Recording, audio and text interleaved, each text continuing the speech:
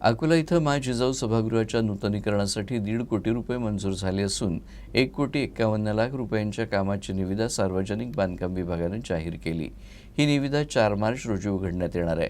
मात्र ही प्रक्रिया अंतिम होण्यापूर्वीच कामाचं भूमिपूजन छत्रपती शिवाजी महाराज जयंतीदिनी 19 फेब्रुवारीला वंचित बहुजन आघाडीकडून होणार आहे। अकोला रेल्वे स्टेशन रोडवरील जिजाऊ माँसाहेब सभागृहाची दुरावस्था पाहता वंचित बहुजन आघाडीने राजमाता जिजाऊ माँसाहेब आंदोलन केलं होतं।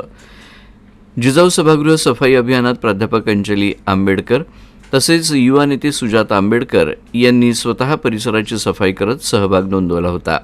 याशिवाय शहरातील विविध चौकांमध्ये स्वाक्षरी अभियान देखील राबवण्यात आलं होतं। दरम्यान माँ जिजाऊ जयंती साजरी करताना 19 फेब्रुवारीपर्यंत जिजाऊ सभागृहाचं नूतनीकरण न झाल्यास शहरात रथयात्रा काढून जनतेकडून 5-5 रुपये गोळा करून सभागृहाचं काम पूर्ण करण्याचा इशारा प्राध्यापक अंजली आंबेडकर यांनी दिला।